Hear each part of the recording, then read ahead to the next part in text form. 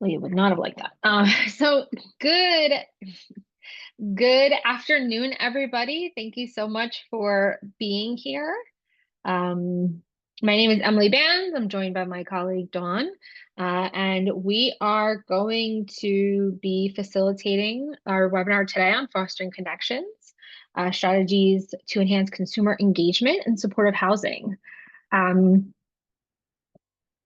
Just as a general welcome, I do want to acknowledge that today's webinar is hosted by the DBHR through the Washington State Healthcare Authority. This is going to be an interactive training, and we encourage you to participate through asking questions, providing feedback, giving us little thoughts and anecdotes. You guys are always really good about that.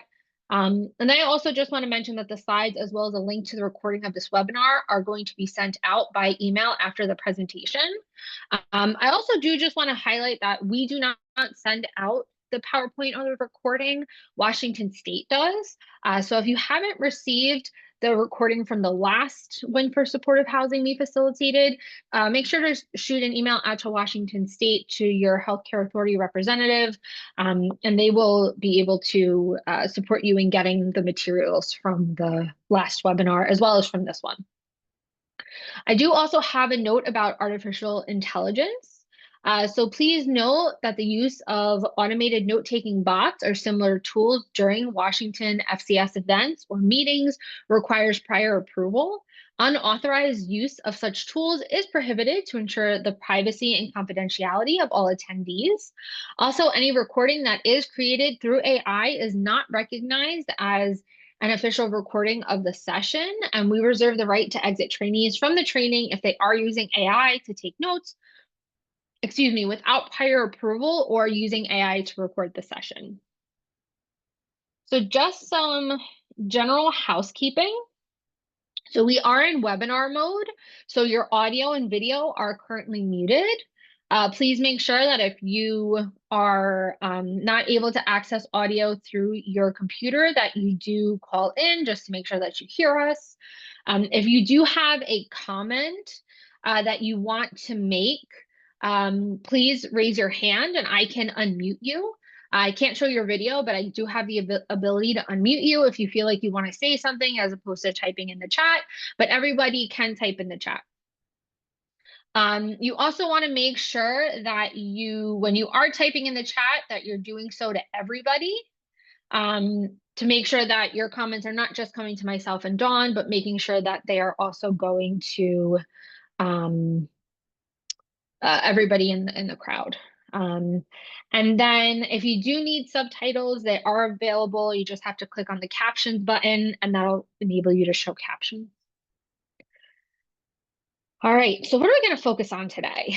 So we're going to review service engagement in the context of supportive housing and really focus on what that looks like. We're going to talk a little bit about barriers to service engagement, and then we're going to identify strategies to increase engagement in services. I think something that we hear a lot from folks who provide supportive housing services and who provide services in the community is that sometimes it can be very difficult and challenging to engage with individuals. If this is something you're experiencing at your site, send us a shout out in the chat that you are identifying with this. I know this is something that providers in New Jersey continue to have to navigate and do find challenging. So we're really going to focus on how you can increase that engagement with folks in your program. So what exactly is service engagement? Okay, so Gideon, you said definitely struggle with this here in Vancouver, Washington. Yeah, and I know it can be challenging, right? I know sometimes people will be very engaged in services and then they'll kind of float away and then we don't hear from them. But ideally, we want to keep people in engaging, right? So I know that I have some terms here in the chat, or not in the chat, on the slide. But when you think about what service engagement is, what kind of comes to mind for all of you? What are you thinking of? What does engagement look like?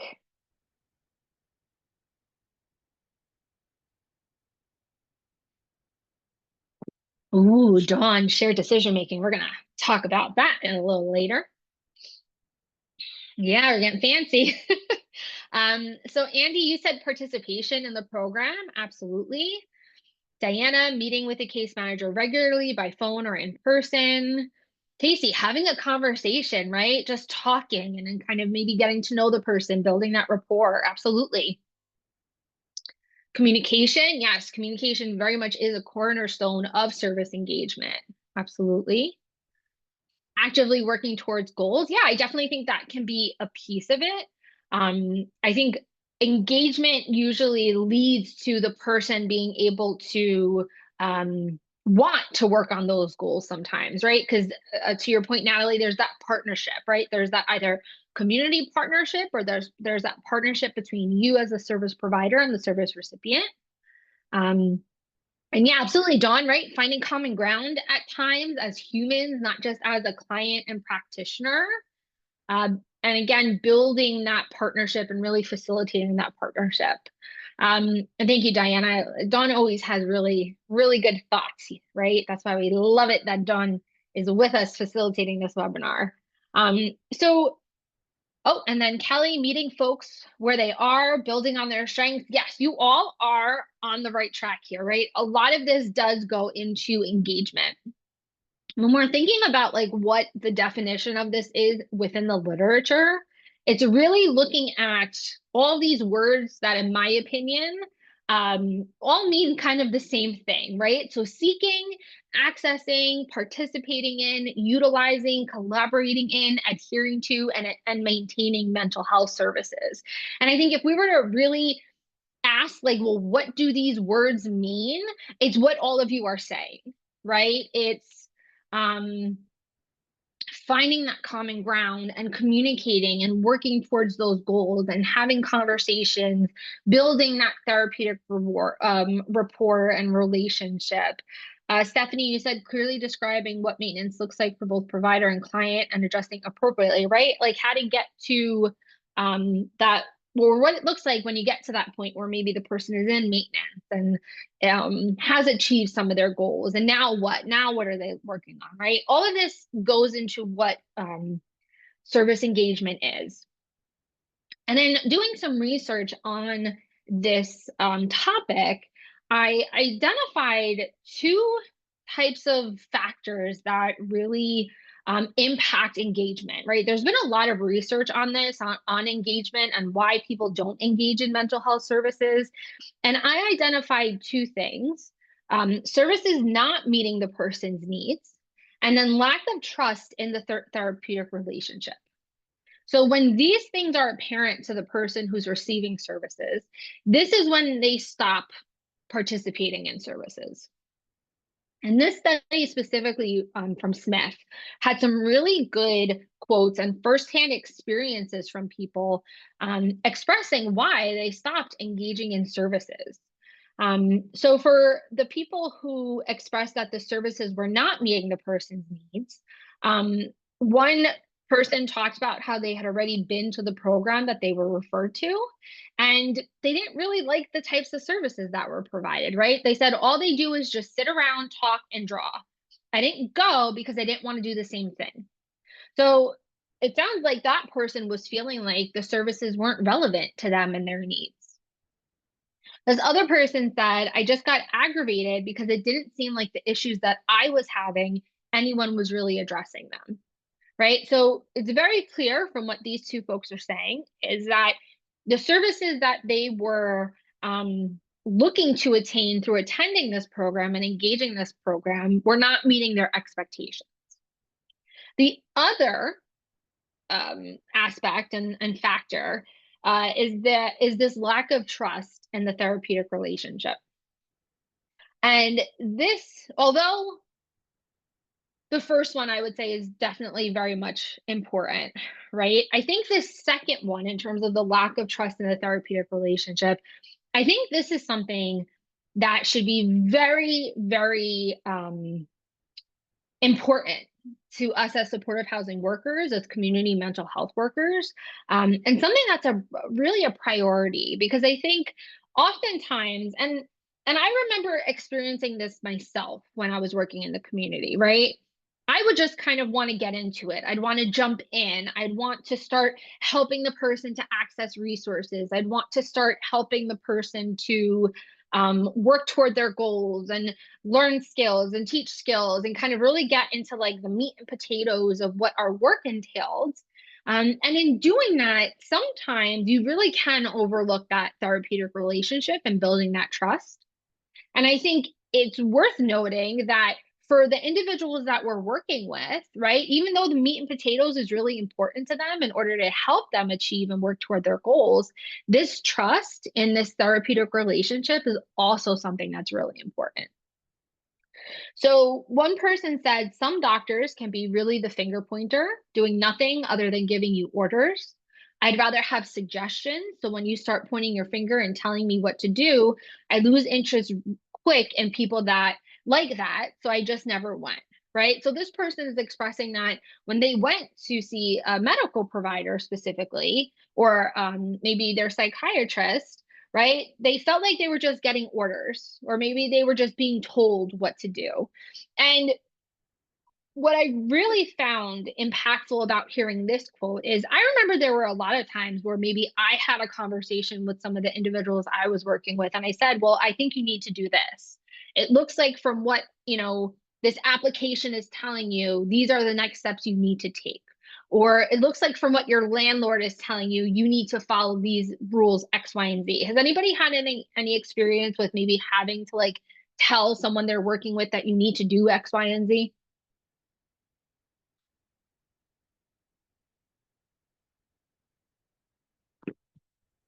You can just give me a yes or a no in the chat.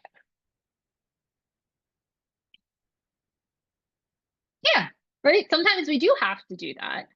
Um, but what I realized is, in thinking back to um, some of the people I've worked with, and Chris, you said yes, but it's only ever worked when I describe the reason consequences of the action, right? And that I think is also very important information. Um, I think when I've made some of those comments in the past to folks, I feel like not that they were happy with what I was telling them, but I feel like they were more receptive when I had a good relationship with them, right? So if I had gone in on day one of working with that person and I had said, well, you need to do X, Y, and Z, they would have told me to get out of their apartment and that would have been it, right? However, if I was, um, if because I had built that therapeutic relationship and rapport with folks and had been working with them for quite some time, again, maybe it was a little bit more conversation back and forth. Maybe it was a little bit more about explaining those consequences, right? But and kind of giving them some of that information. But the main thing I remember is the fact that I had a good relationship with some of these folks. That's what made them more receptive to the information that I was giving. Um, so Diana, you said you've made suggestions but not issued directives. And yes, and I think there's also a very big difference between giving somebody specific directions versus making suggestions. Absolutely. And what I'm trying to convey is more that making suggestion kind of thing. Like, I think this is something you might want to do. But sometimes people aren't even receptive to those suggestions, right? And I think our therapeutic relationship and the relationship that we've built with the person can kind of make or break whether or not someone is receptive to that. I also want to highlight what Dawn said in terms of making activity demands or setting limits can be a strain on a relationship for sure. Absolutely. Um, Stephanie, you said, I never tell them to do anything. I make a suggestion as something I would do, which is, I think, a great way to explain it. Dawn, you said make deposits into the relationship, bank account over time. Then when you make a directive comment, etc., it's better accepted, a bit better accepted. Absolutely. So I think, Dawn, you're really highlighting the point that I'm trying to make is that you have to make those deposits into the relationship, right? You have to build that trust, build that therapeutic relationship. And that is what making those deposits is. Because then if you have to make a suggestion or you have to make a directive comment, right? Because maybe the person actually has to do something, right? In terms of thinking about like acquiring social services, or again, doing something related to their apartment and their lease. Sometimes they just have to follow that direction, right? When we provide that information to them, they're 100% going to be more receptive because we have that relationship with them and we've built that rapport. So what I'm really trying to do is just highlight how important that is. Also, going back to what is being said here in the sense that this is what folks have actually reported, right? Consumers of mental health services in this research study specifically noted that a lack of trust in the therapeutic relationship was something that impacted engagement. Um, the other quote I wanted to highlight was, one therapist used to say things like, criticize me. I didn't like that. She used to criticize, say that I'm not trying to do the right thing. She wasn't giving me enough credit at all about nothing I did. Right. So it sounds like this person, what they were experiencing was also not professional, right? Because we never want to criticize the folks that we're working with. But the way that the person was receiving this information, right, made them feel like they were criticized or being criticized, right? It made them feel like they weren't getting enough credit, right? Maybe they weren't focusing enough on that person's strength. Rachel, you said describe the situation, the types of outcomes that may occur depending on what choices they make, while making sure they know I respect the autonomy of their choices. Absolutely. Just want to make sure they are aware of what choices they have and where they might lead. And I think you guys are giving really good examples of how to have some of these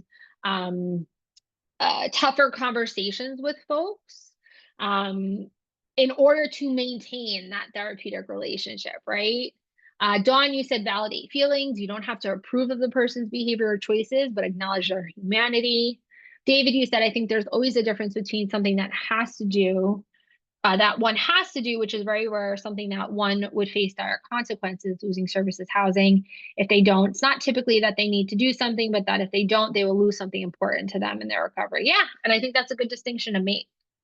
And yeah, absolutely, Cleo, right? Walking through choices with folks, going over option A is paying your rent, option B is not paying. Yeah, and just for doing that communication, right? Doing that shared decision making. Thank you, Dawn. So in thinking about engagement in this larger context, right, we know that when the services are not meeting the person's needs, and when there's a lack of trust in the therapeutic relationship, right, that is going to impact the person's desire to want to participate in services, right? And also kind of lead to this mistrust in services. There are also these like larger systemic factors that can also impact engagement, which is discrimination and stigma. So I want to talk a little bit about stigma. Let's see if my video, no. Okay, hold on 1 second. And I'm going to pause the recording for a second. Resuming this recording, let me make sure that my audio is shared. Okay. Stigma is the feeling you get as a member of a group that society does not value. People who have a mental illness are excluded and treated unfairly, and this is because people are afraid of mental illness. Stigma produces a kind of isolation that grows from fear. There's public stigma. What are the viewpoints of the general populace about people with mental illness? There's institutional stigma. What about laws that prevent people from having their full rights or lack of access to health care? There's internalized or self-stigma. How do I feel about myself if I'm in one of these groups that's downgraded?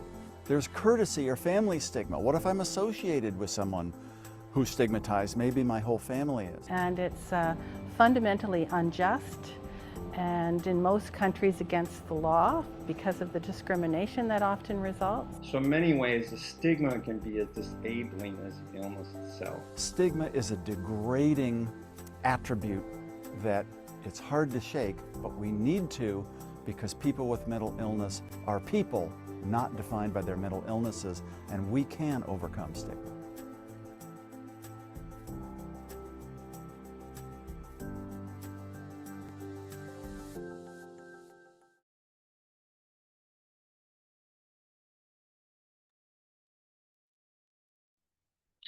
So Annette, you might have to,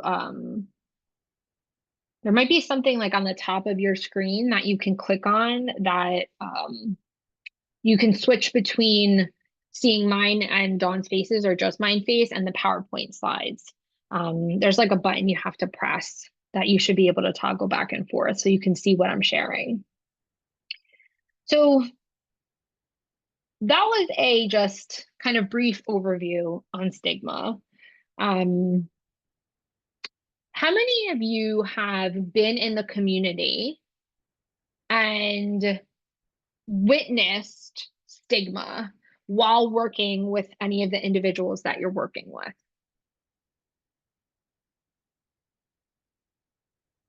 Has anyone ever witnessed that? And do you feel comfortable sharing any of those experiences? And I want to highlight this because you would think that in the year of 2025, this would no longer be happening, but it is. I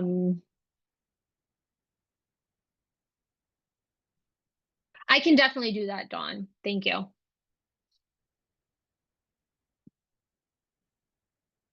I know for me, when I was working in the community, and I don't know if this is like stigma or like microaggression kind of thing, but I would go to like a doctor's appointment with a consumer and the doctor would talk to me.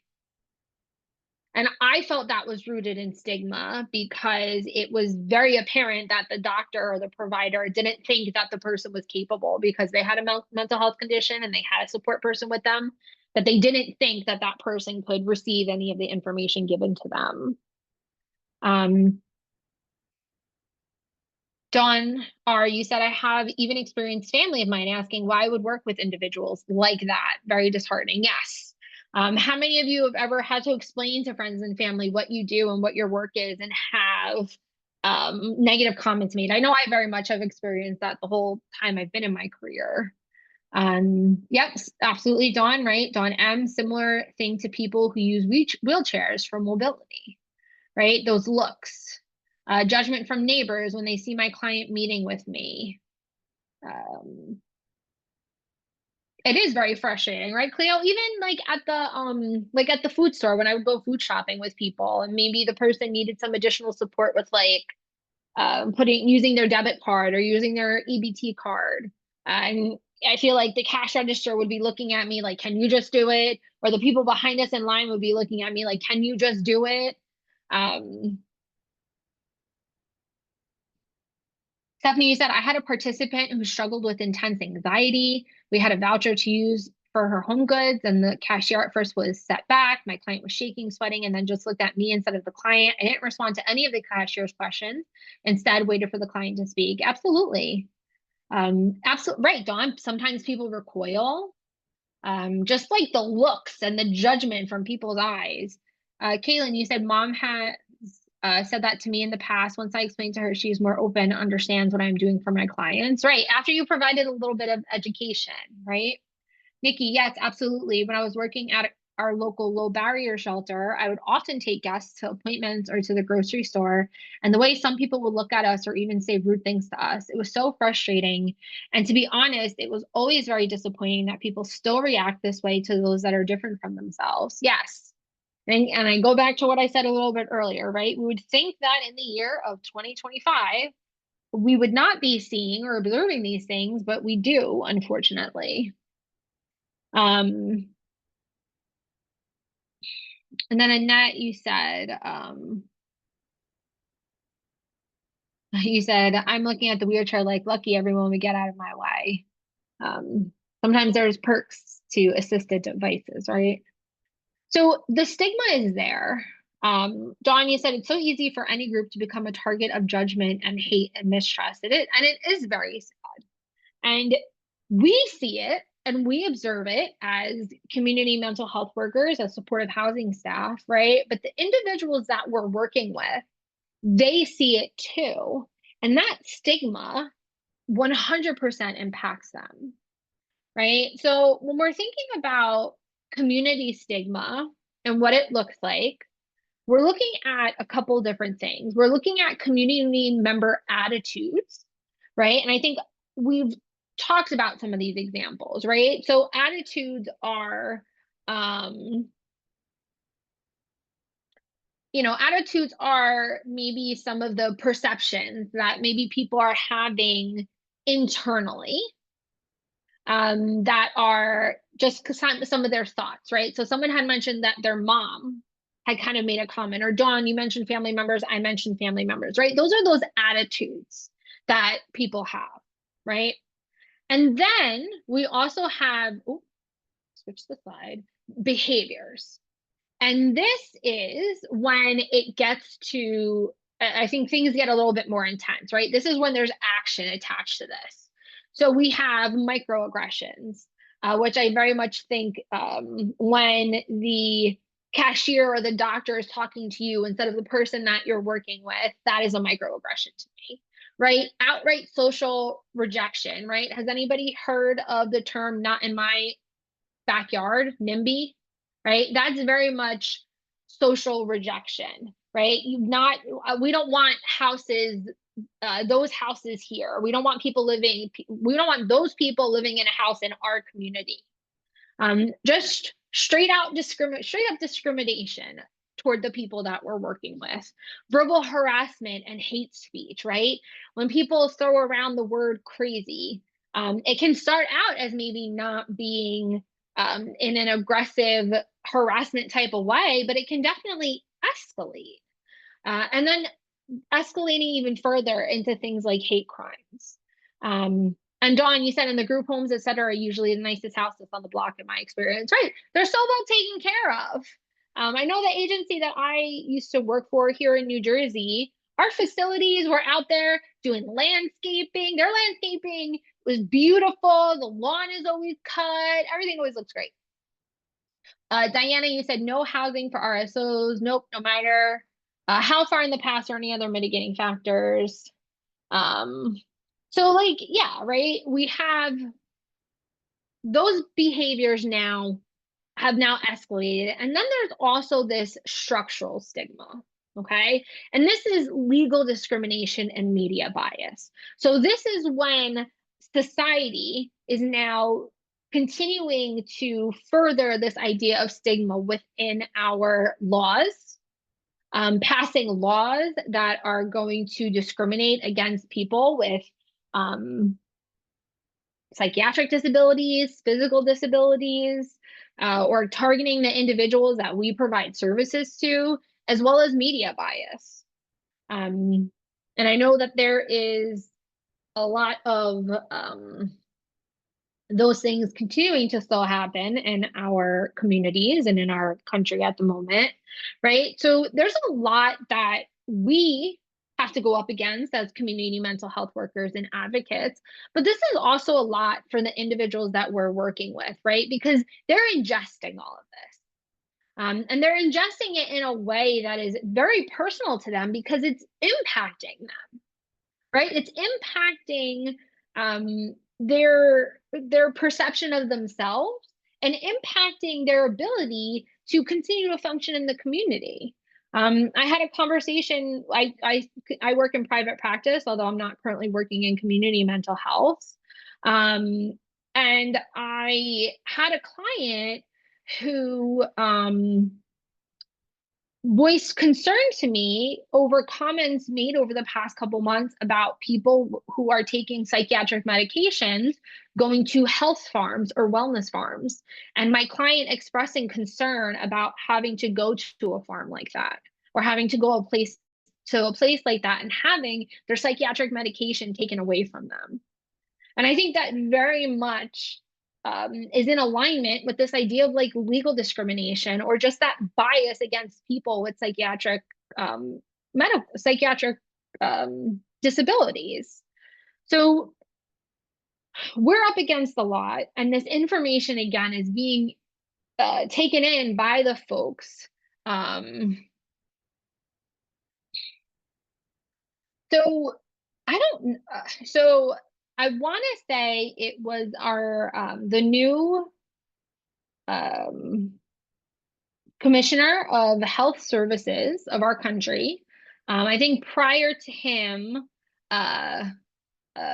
being nominated in that position, I think he had made a comment. So I'm not sure, Dawn, but that was something that was stated in the media recently, that I personally picked up on, and also that my client did pick up on, right? But it's concerning, right? It's concerning because stigma is still happening. It's still apparent. It's still something that the people who we are working with have to deal with. And what can happen is people who do have psychiatric disabilities, right? It then goes to this idea of self stigma, right? So this specifically, this idea of stigma and self stigma is from a book by Janos, and it's called Written Off: Mental Health Stigma and the Loss of Human Potential. And I want to highlight that for a second because it's a very good book. And the next couple of slides I am focusing on are from that book, as well as this last slide. So in this book, Janos talks about Irving Goffman's book from 1963 called Stigma: Notes on the Management of a Spoiled Identity. And in Goffman's book, he explored how stigma impacts individuals with serious mental health conditions in two different ways. Stigma contributes to them being discredited, and then also this experience of discreditable, being discreditable. I struggle with that word discreditable, so I just want to put it out there, okay? So folks experience discredited interactions.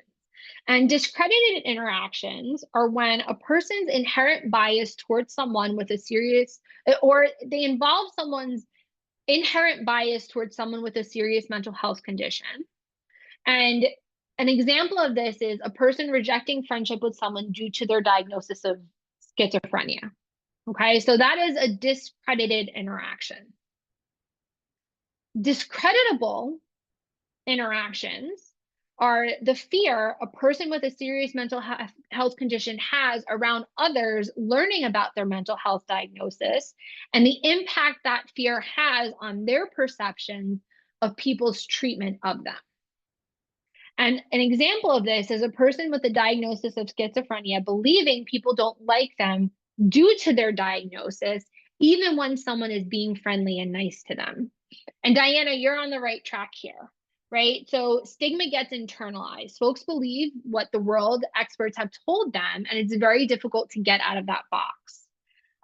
So Dawn, you said yes, Diana, in a recent study of vocational activities among people living with mental health conditions, we found the stronger the illness identity or self-stigma, the less likely they were to work or engage in pre-voc activities, despite their levels of psychiatric symptoms. Folks expressing more symptoms but less self-stigma were more likely to work.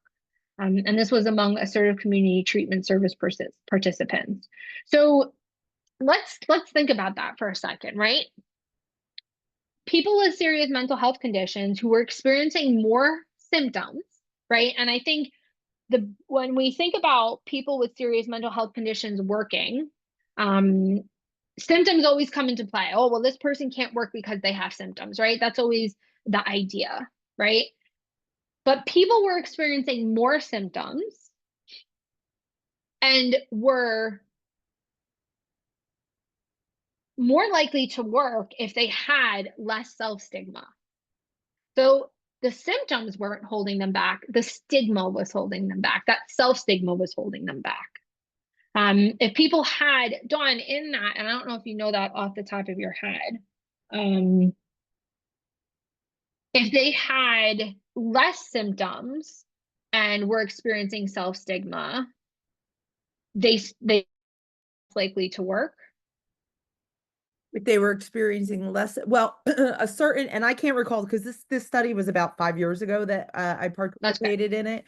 But it was, I think, controlling for, symptoms, etc. The illness identity was or the adoption of an illness identity, Mhm. like I am not Dawn, I am schizophrenia, or whatever that may Right, be, a spoiled identity, right. as we sometimes call it. That the stronger that feeling was, the Mhm. less likely they would be to participate in vocational services. Yes, despite their scores on several symptom scales. Right, So right. that's the best I could describe it. So it was predictive. Well, and that's okay, John, because I think that It that makes blows a your really good point, right? That number one, recovery isn't linear, and we can Mhm. still work and love and grow and do all those things while managing symptoms, Mhm. so long as our identity is intact. That's how Right, I feel about it. And that's why I talk right, about like humanity and acknowledging that person's humanness. So right, right. And I think that when we're thinking about that self-stigma and what probably or possibly contributes to that illness identity, it's what we're talking about on this slide, right? It's these discredited interactions that people have where they are facing bias from other people because of their mental health diagnosis. And then also that now um, that almost self-reinforcement of that stigma leading to these discreditable interactions where now this person has internalized their mental health diagnosis. They are defining themselves by their mental health diagnosis. And then they are um, maybe not working, or they're not engaging in social relationships, or they're not engaging in romantic relationships, or they're not engaging with other old friends, new friends, family members. They're not living their life and really working to their recovery or rehabilitation in the way they want to because of their mental health diagnosis, right? So stigma um, is something really stigma is something that really plays a role in this idea of engagement, right?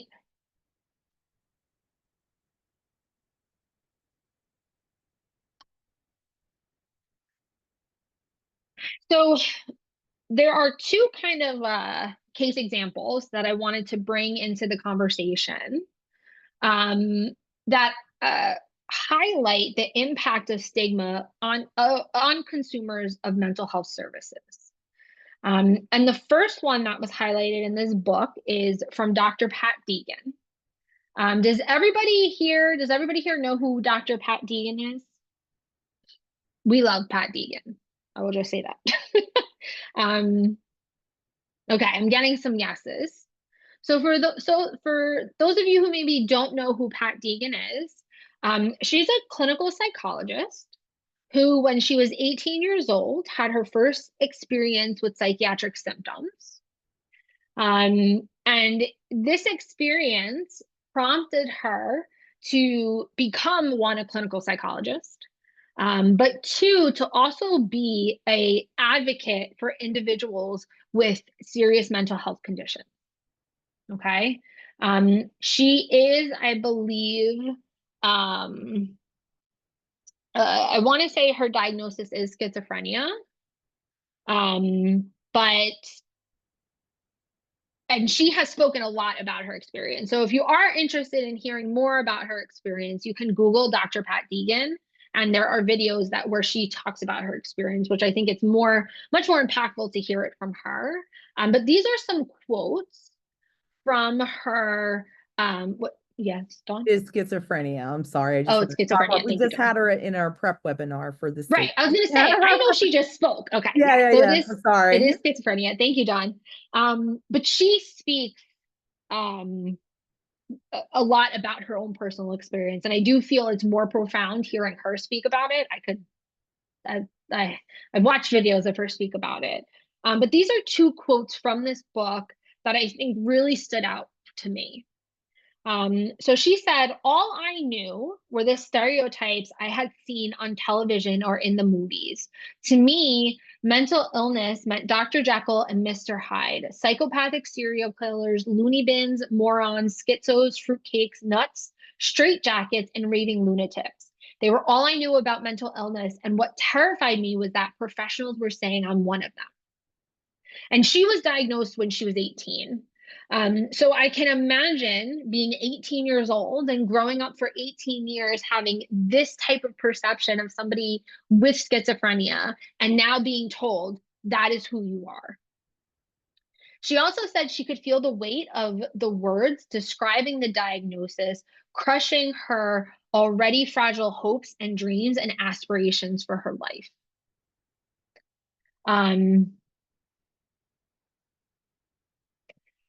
So, and I'm gonna leave comments for later on, but thank you, Gideon. So stigma is not just, and I wanted to really hone in on Dr. Pat Deegan and kind of what she had to say, as well as the next person I'm going to talk about in a little bit, Ellen Sachs, because I think we have our own perception of stigma, but I think until you have a serious mental health condition and you're kind of put in that sort of, when you're put in that group, right, that society is telling you you're in, I can empathize with this, but I will never know 100% what Dr. Pat Deegan felt in that moment hearing these things, right? Even though I can have as much empathy as I can for her and her experience, I will never know how this felt for her. So I wanted to highlight these experiences because of that. I also want to highlight Ellen Sachs as well. Has anybody here ever heard of Ellen Sachs?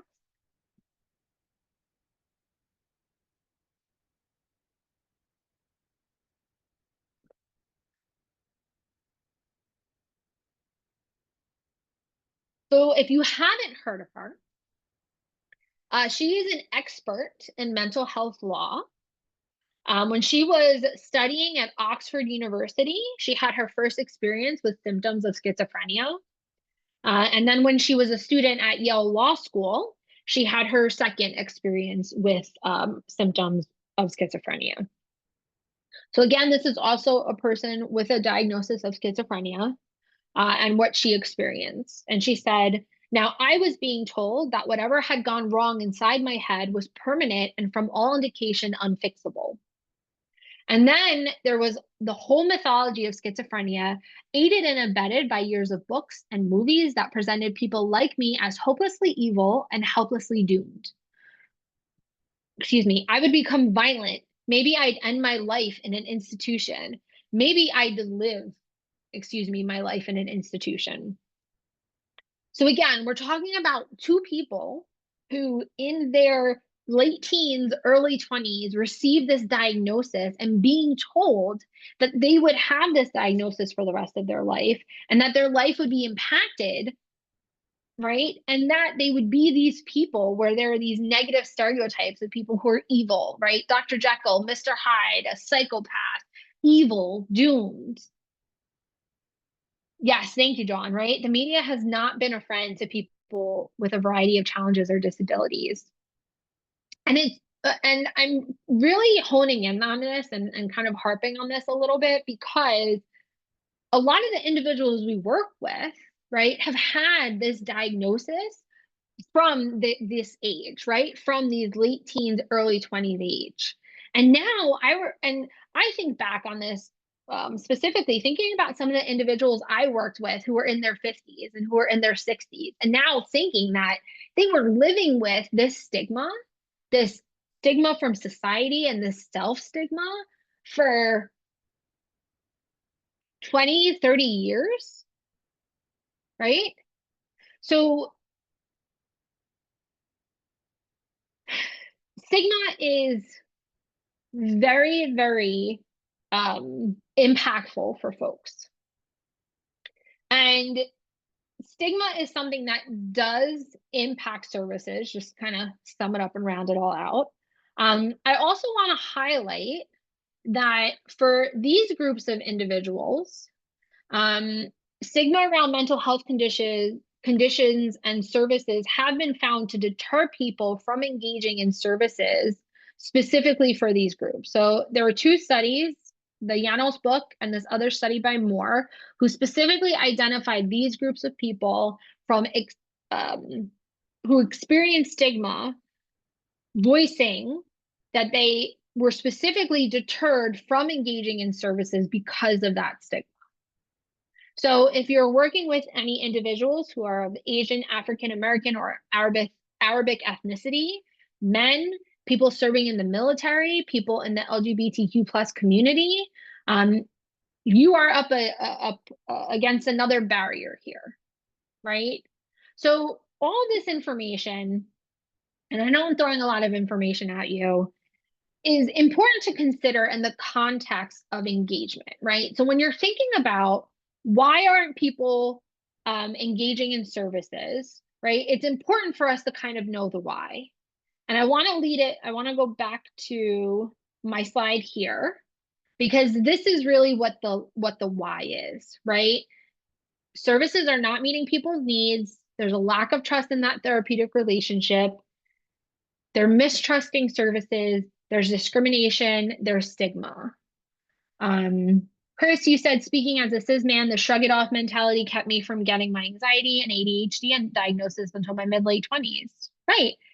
Right. So you had this, and men, right? Men are perceived differently by society, right? Men are not allowed to cry. They're not allowed to show emotion. They just have to get better and kind of push it all down, right? That's what society expects of them.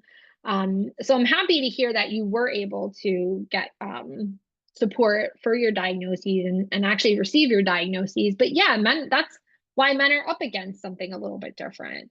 I know when we're thinking about people in Asian, African American, or our Arabic ethnicities in those communities, right?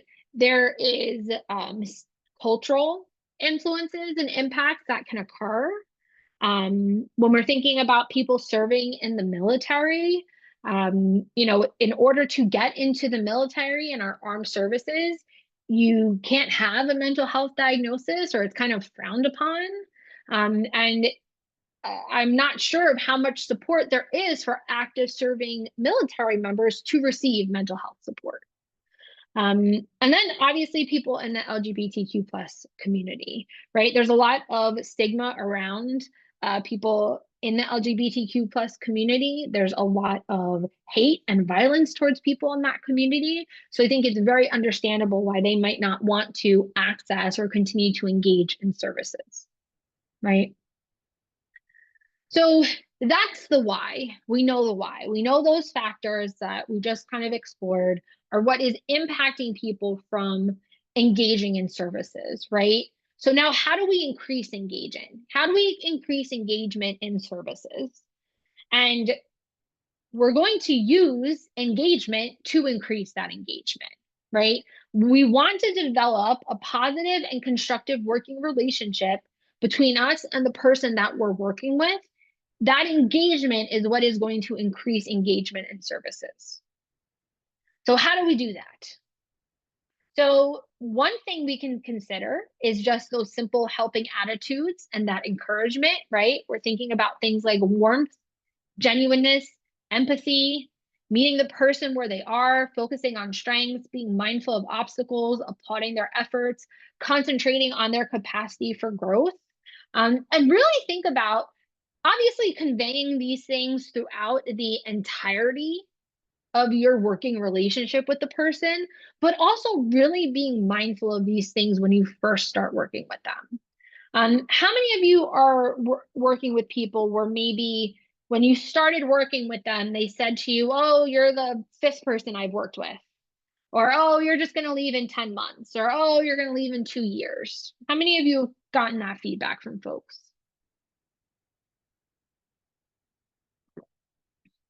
A lot of you. Right. It's very, very common, right? Very, very common to receive that feedback from folks. And I remember at the last job I worked at, having one of the individuals I was working with telling me, like, no, I don't want to work with you because I know you're going to leave in a year. Right. So that is the message, right? So that is why it's really important when we're first starting to work with people to use encouragement and to really focus on these helping attitudes. And I know this is probably simple. I know that a lot of you are doing a lot of these things already, but this can really go a long way to build up that therapeutic relationship and to build that rapport with folks. Kelly, you said, I have found that some folks come into supportive housing with the need in obtaining housing, financial support in doing so, and expressing not wanting anything else once that need has been met. I personally have more conversations about sustainable housing, but this doesn't always work, right? And I think that is also very much a barrier, right? I think sometimes when people come into services, um, eh, they, like you said, they kind of get their needs met and then they are ready to go. They're ready to move on. But I think, and I'm going to get a little bit down the road and a little bit to more like assessment and how assessment can kind of play into that. But I'm going to save this, Kelly. I'm going to save this for a couple of slides down. Okay. What I will say though, to your point is, I think in my experience, and I wonder if this is your experience as well, I think sometimes people are, or at least some of the individuals I worked with, were kind of hesitant to ask for more, or kind of hesitant to believe that there was more I could provide to them in terms of services because we hadn't built that trust up yet. And also because we, maybe they were afraid to continue with services, or they had their own thoughts and feelings and perceptions about being in mental health services that I think were impacting that. Chris, and to this point, Chris, right? I often find success in discussing clients' hobbies as a motivator rapport builder, especially when those goals can be tied back into housing or financial goals. Client pets, as well as, have been a major help to build that rapport, right? Just that simple connection, right? Sometimes very simply, like Dawn R has been saying this whole time, right? Connecting with people on a human level, that can go a long way to build that trust and to build that relationship. Because then you're getting to know the people a little bit better. And yes, it's case by case, right? You might have somebody that really just wants that housing and financial support, and that's it. And if that's all the services that they want, then unfortunately, and this might not be a great answer, but that's all the services they want. But you might be able to get other folks to stay engaged in services by building on that connection. You also want to be mindful of using those listening skills. And again, I know a lot of you probably know what solar and ORs are. Is this familiar to everybody? You can just give me a yes or no in the chat. All right. Okay, so I'm getting some yeses, I'm getting some no's. So this is good information for some folks. So these are pretty basic listening skills.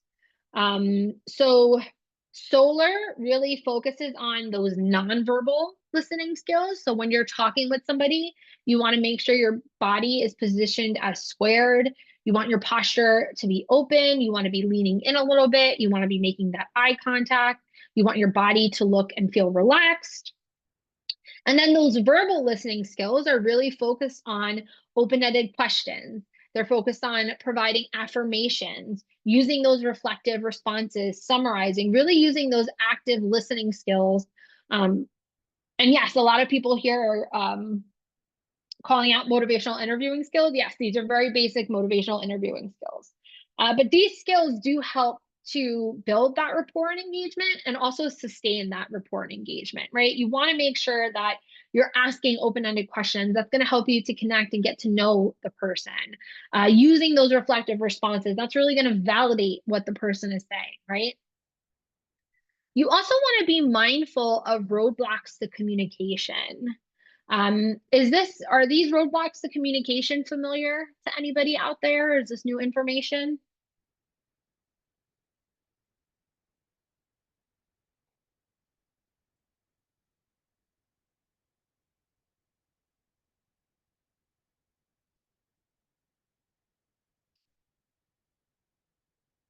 All right, cool.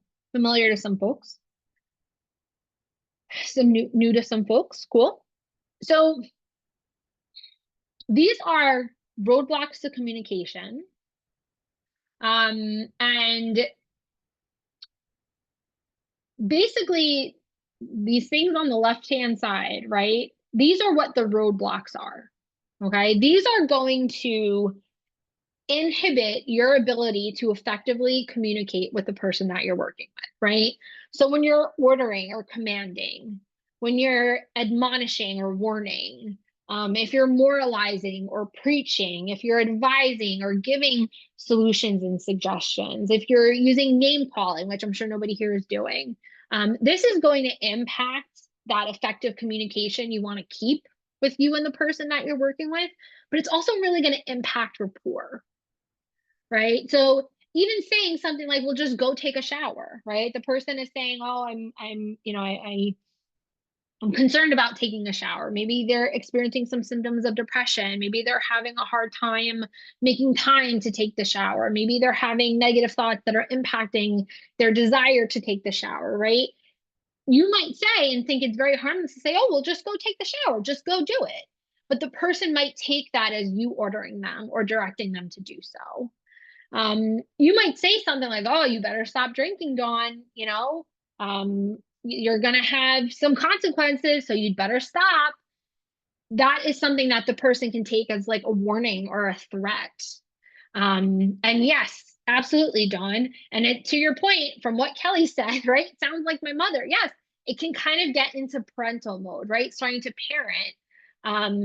And you don't want to use those period because I don't think kids really responded. In my experience, kids don't respond well to this, but we get into that place. And I want to acknowledge that, some of these things, some of these examples that I have on the screen in the right-hand column, I want to acknowledge that sometimes the things we say are coming from a place of care and concern for the people that we're working with, right? When you have someone that you're working with who is actively using substances and you're concerned that that person is going to cause serious harm to themselves, and you say something like you'd better stop drinking, that is coming from a place of concern, right? But intent is often not as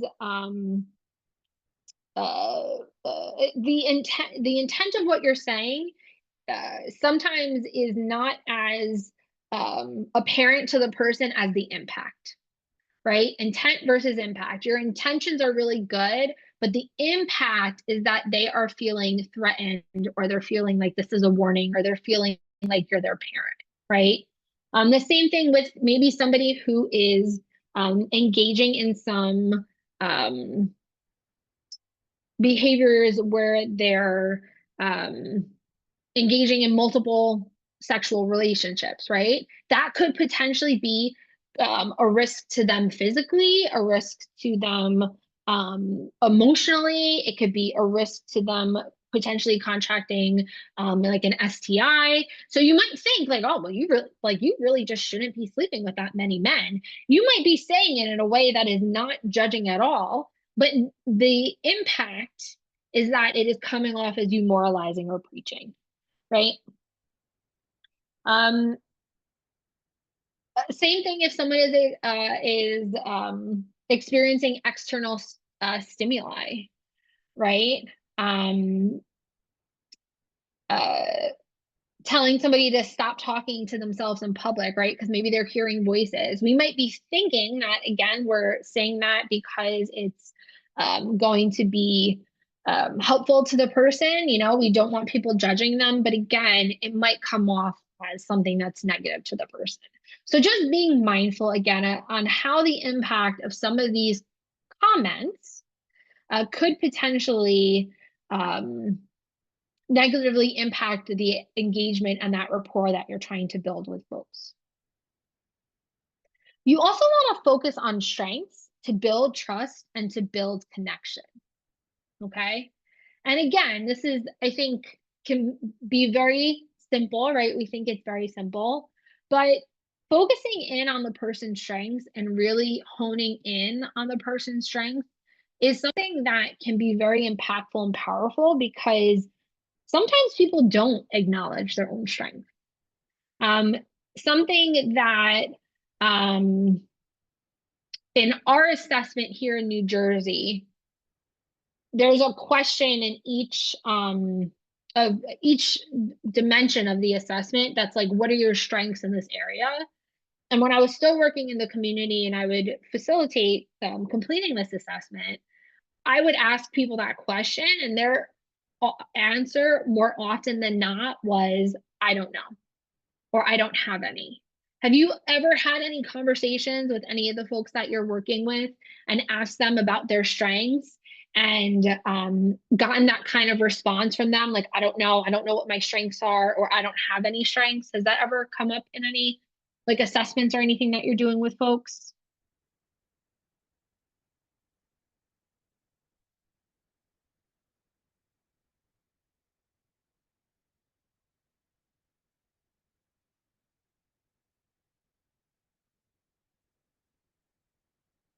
Yes, a lot. Yes, yes, yes. Very, very, yeah, right. It's tough, right? It's really, really tough for folks. I mean, if you asked me what my strengths are, I think I would probably like be like, oh, I don't know. That's a good question. I have to think about that a little bit, right?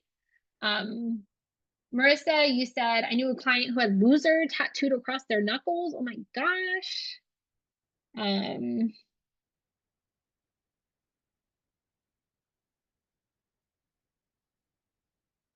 so Brady, if we can, let's say that for I'll maybe if, pull I'll pull that comment and hold on to it so that thank you, Dawn. we could discuss it at the end. No problem. Thank you. So when we're thinking about strengths and how to hone in on those strengths, think about some of these ideas, right? So thinking about the person's personal attributes, right? So maybe it's their conversation skills. Maybe it's the way that they're able to really hone in on and be like a really good listener. Maybe it's some of their talents and skills, right? Maybe the person is writing a book. Maybe the person is really good at painting or drawing or, gardening. Maybe it's some of their environmental strengths, right? Maybe it's, oh, that's interesting, Chris. Hold on, I gotta pause for a second. I can't cite my source, but I believe there have been a number of studies done that show that people are objectively bad at identifying their own strengths. I would imagine this problem is only compounded in high stress situations like homelessness. Absolutely. And if you can find a source on that, Chris, I would honestly love to see it, because I think that makes a lot of sense. And I say that chuckling because, again, someone asked me that question and I'm going to be like, I got to think about that, right? So this is why we can hone in on them, right? This is when we can remind people and help people recognize and realize their own strengths, because that's going to show the person that, one, we're not just BSing them, right? We're not just telling them what they want to hear by acknowledging their strengths. We're trying to connect with them. We're observing things. We're noticing these things about people. So again, maybe it's honing in on some of those environmental strengths. So maybe it's honing in on the person's attention to detail. So Annette, you noticed being a detailed organizer, right? I have a bookshelf. So if I went into someone's apartment and I saw their books neatly organized, that is definitely something I would hone in and pick up on, because I'm not great at organizing all of my books.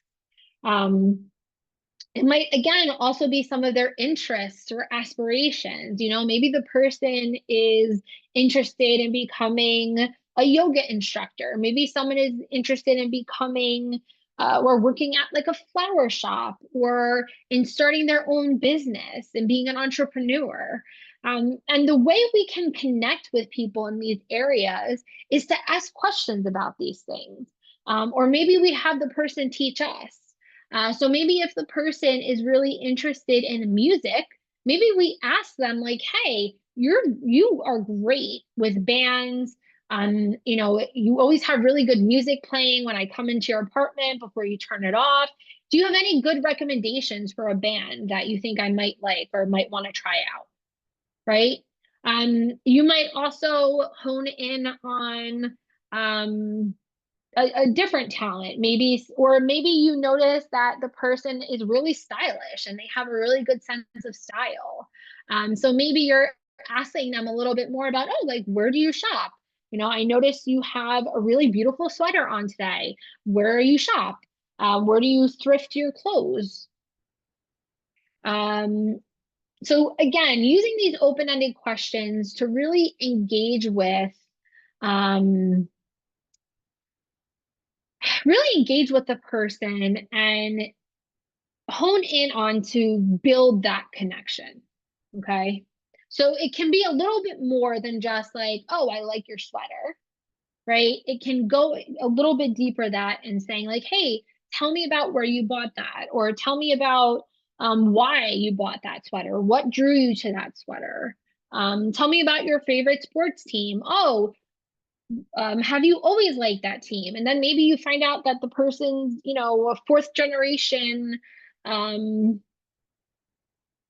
I was gonna, what sports teams are out in Washington State? What football teams are you all fans of? I would say The Mariners. Seahawks. I know baseball a little bit, the Mariners. I forgot about the Seahawks. I apologize deeply from my heart that I forgot about the Seahawks. I apologize. Oh, oh my gosh. What? I gotta figure out what's real quick. What's the Kraken? Hockey. Okay. Because that's an intense name. That's interesting. Okay, so we have the Seahawks, we have the Sounders. Sounders for soccer. I like that. We have the Kraken. We have the Storm, right? You guys have plenty of sports teams. I apologize for not knowing that. We have the Mariners for baseball, right? So maybe you find out that as a child, this person's grandfather and great great grandfather and father, they all used to go to baseball on the weekends and see the Mariners, and they're big fans, right? Sometimes football and baseball and hockey are very much ingrained in people's culture and their identity and their family, right? So really honing in on some of those things. And then just thinking about like assessment. And I forget who asked the question. Oh, I know. Somebody asked a question a little bit earlier about when the person's coming into the program and they're just kind of looking for support with like housing or finances, how do we keep people in the program, right? This is where assessment can kind of come into play. So when you're facilitating the intake assessment that your organization uses, this is where you can maybe focus on some other areas within the person's life. So I know in our Golden Thread training, we focus on the 8 dimensions of wellness as a additional kind of facilitator of comprehensively assessing the folks that you're working with. So in looking at 2 different wellness areas, right? If we're thinking about occupational employment and wellness, you might ask a question like, do you have any hobbies that occupy your time? And if yes, briefly describe those. Or asking the person, what other activities do you engage in during the day to occupy your time, right? And in asking those questions, maybe you realize that, oh, the person wants to become a social media influencer. Or maybe the person is interested in photography and is interested in making a photography business. Or maybe the person is interested in, starting a group or teaching classes on scrapbooking or knitting or whatever their hobby is, right? And that might be something that your agency can support them in being able to continue to work on once they're housed. And Diana, that's an excellent question, right? What would you do for fun if you had your own place? I love that. That is an excellent question to ask. Everybody should write that down and highlight it, right? So if the person is unhoused and doesn't have an apartment at this time, what would you do if you did have your own place for fun? Right? This is what's going to get you to get to know the person a little bit better. And that might help you to identify some other areas where you might be able to provide additional support. And thinking about intellectual or oh my goodness, and thinking about intellectual or educational wellness, you might ask the person to describe activities you take part in to increase your intellectual stimulation, right? So maybe the person, again, crossword puzzles, reading, music. Could this lead to a goal? Potentially, but also it might just be something to use for you to engage with the person, right? Because again, it might be focusing on, you engaging and connecting with the person through them giving you a recommendation for a band. Or maybe it's about you taking some time when you first meet to be able to talk a little bit about the books that you're reading or the book that the person is reading in order to build that rapport and engagement. And I do want to acknowledge the Seattle Sonics. I'm having there's some comments in the chat about the Seattle Sonics no longer being with us. So I do want to acknowledge that. Thank you, folks. So this is how you can kind of focus on strength to build that rapport and engagement.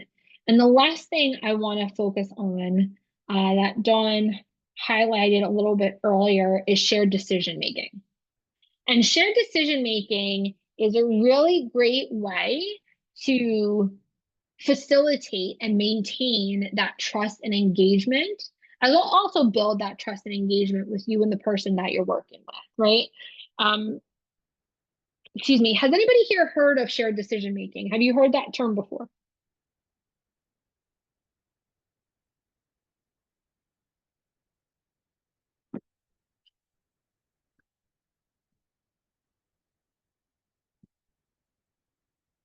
All right, I'm getting some yeses, I'm getting some nos. So for those of you who said yes, this might be a little bit of a refresher, but I hope that maybe there's some new information for you. So when we're thinking about shared decision making, it's the collaboration between the service recipient and the service provider, where information and decisions are shared between both parties. So what you're doing as a service provider is you're supporting and encouraging the person that you're working with to become fully informed when making decisions about goal planning, physical and mental health issues, and other treatment options. So essentially, we're encouraging and supporting the person to be fully immersed in their own treatment, essentially. But really focusing on this idea of goal planning and their physical and mental health conditions, just thinking specifically with supportive housing. And the good thing about shared decision making is there's a lot of research around shared decision making. There's a lot of research around shared decision making that it can increase engagement with the service recipient because it increases their knowledge, it increases their confidence, and increases their involvement in services, right? Because yes, absolutely, Annette, right? Their voice is being heard. Additionally, I don't know if there's any nursing or medical staff out there, right? But advocates in hospitals, as well as health insurance companies and policymakers, support shared decision making as the preferred model for engagement. Because again, it's ensuring that the person's voice is being heard, it's ensuring that they're engaged in their own treatment, and ensuring that they're really the one making those decisions for themselves. Now, there are some barriers to shared decision making. Again, there's a lot of research on this. And the biggest barriers are these ideas that the person doesn't want to be involved, that they lack the ability to be able to make decisions, or that they'll make bad or wrong decisions. Okay, and this is what practitioners have kind of voiced in terms of like, oh, well, I don't know about shared decision making because I'm concerned about these things. But evidence suggests that individuals with serious mental health conditions have the desire to be included in making decisions. And again, this is really a collaborative process, right? Shared decision making is really supposed to be collaborative, right? So you are coming into the therapeutic relationship as the service provider in a place and kind of position of power, right? You have the knowledge, you have the education, you have the experience, whether we want to be viewed that way or not. Typically, that's how the folks we're working with view us. They view us as being in this power position. So we want to, and we have education, right? We have skills, we have this knowledge, and we want to share, right? We want to share this information with folks, but we want to make sure that they are making really the final decision for themselves. And that's how it becomes collaborative. We're providing this information to them, we're letting them know, all their options. We're supporting them in maybe finding information for themselves. We're supporting them with, attaining knowledge, teaching skills, acquiring resources. But that final decision about where treatment is going to go or where services are going to go is really up to the person. And then the last thing that I want to highlight is that shared decision making is very much in alignment with psychiatric rehabilitation. And as the Department of Psychiatric Rehabilitation and Counseling Professions in Rutgers University, we have to, of course, talk about psychiatric rehabilitation here, right? So when we're thinking about shared decision making and psych rehab, shared decision making reiterates that collaboration between the individual and the provider. When we're thinking about psych rehab in and of itself, right? Psych rehab emphasizes things like choice, self-determination, empowerment, collaboration, right? These things are rooted in our goals, values, and principles of psych rehab. So because self-determination is rooted in the idea that the individual receiving services should be making the final decision about their treatment, right? It's in alignment with psych rehab. It's in alignment with choice and self-determination and empowerment. And again, self-determination does leave room for providers to educate and share information to collaborate, right? So the person is making their final decision for themselves, but we are providing that information to them, and we are ensuring that we're educating them, providing them that knowledge, those knowledge, skills, and resources, but really they're making the final choice. So we do have a couple minutes left for questions, and I know that there was a question in the chat. Yeah, do you want me to repost it so that you can? Yes, please, Dawn. Okay.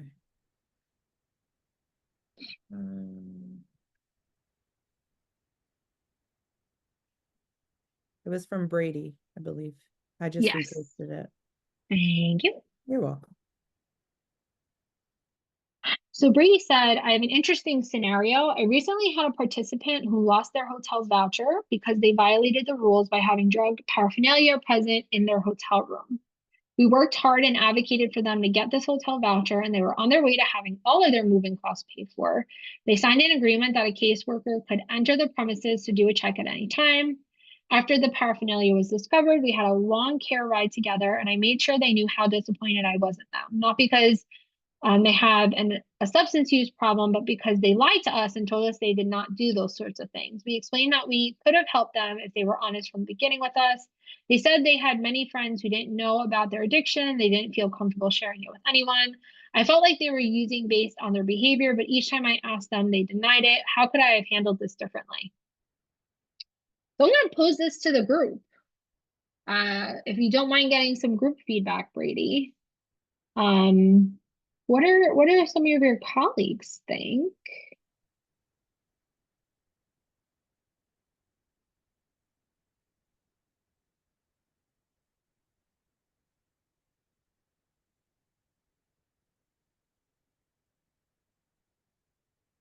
Thank you, Chris.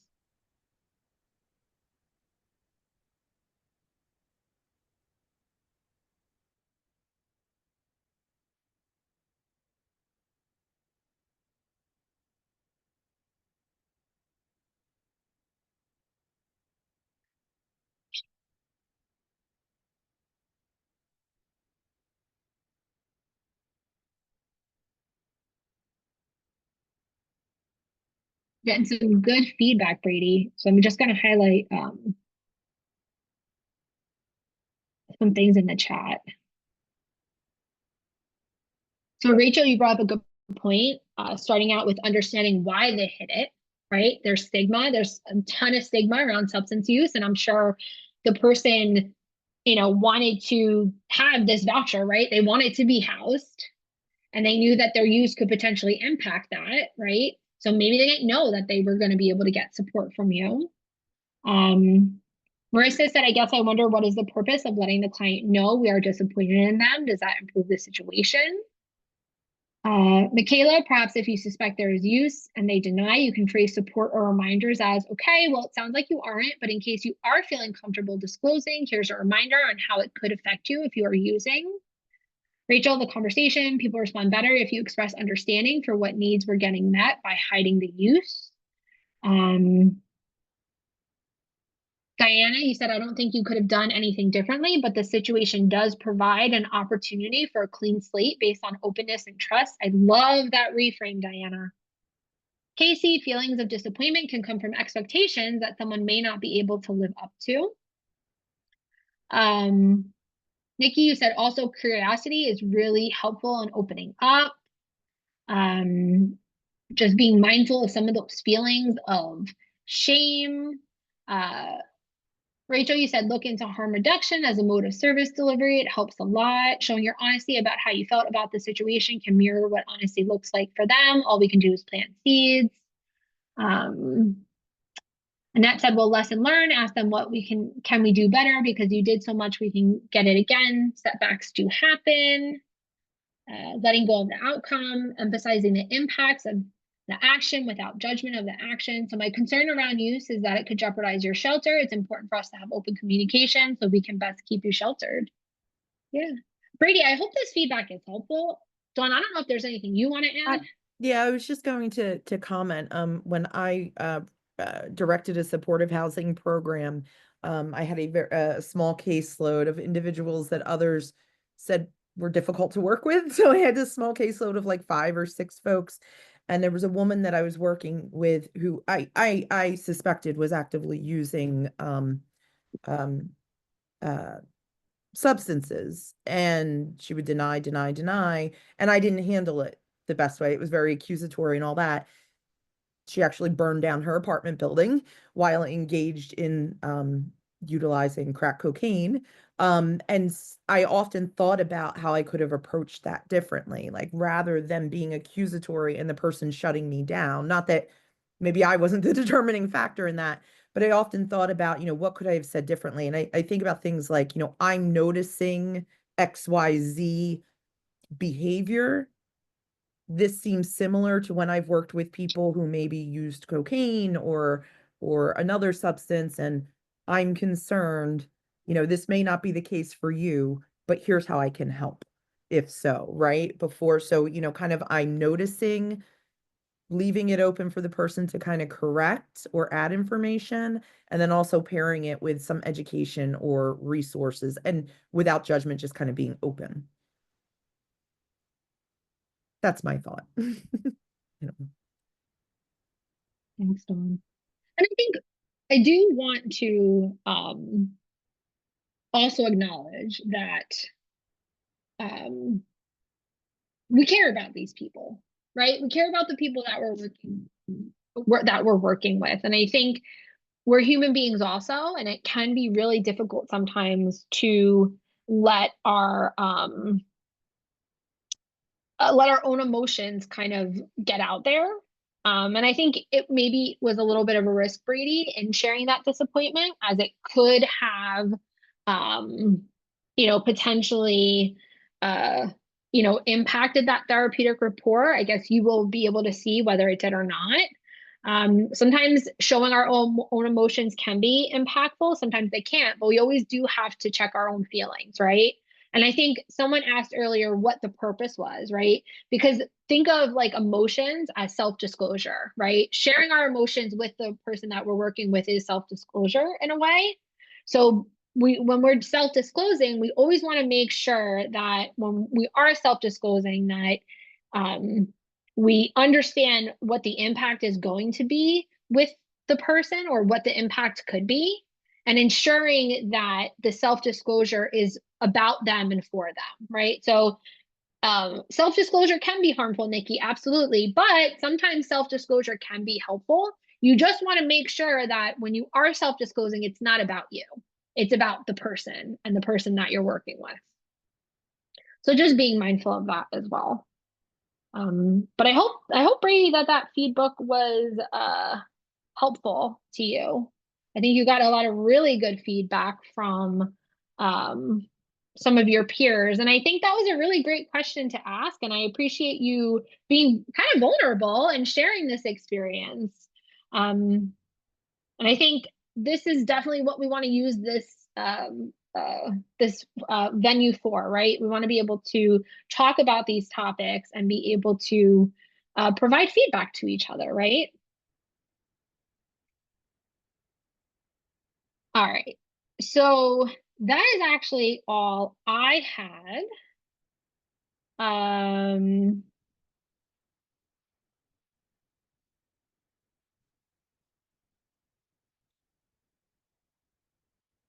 So I want to share the evaluation.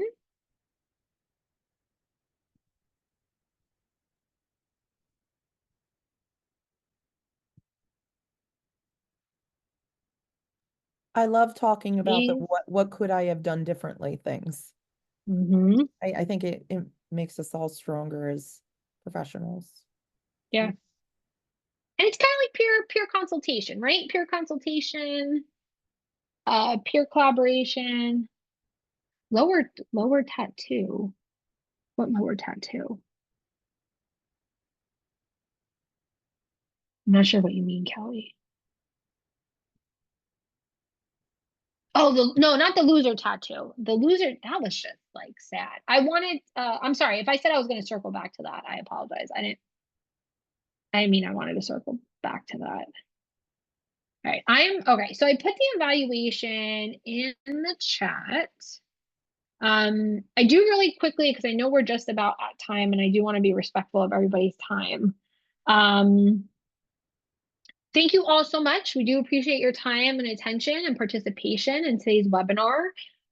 Just as a reminder, today's webinar was hosted by Washington DBHR through the Washington Healthcare Authority. We would like to remind you that the slides, a link to the recording of this session, and a wealth of other resources will be available to you in the follow-up email. So don't forget to check out the Foundational Community Supports newsletter for all things FCS. Dawn and I will be here next month as well for our Win for Supportive Housing learning community. If you didn't get a chance to fill out the eval, please do so. But if not, we will definitely see you next week, or next month, I should say. Next week.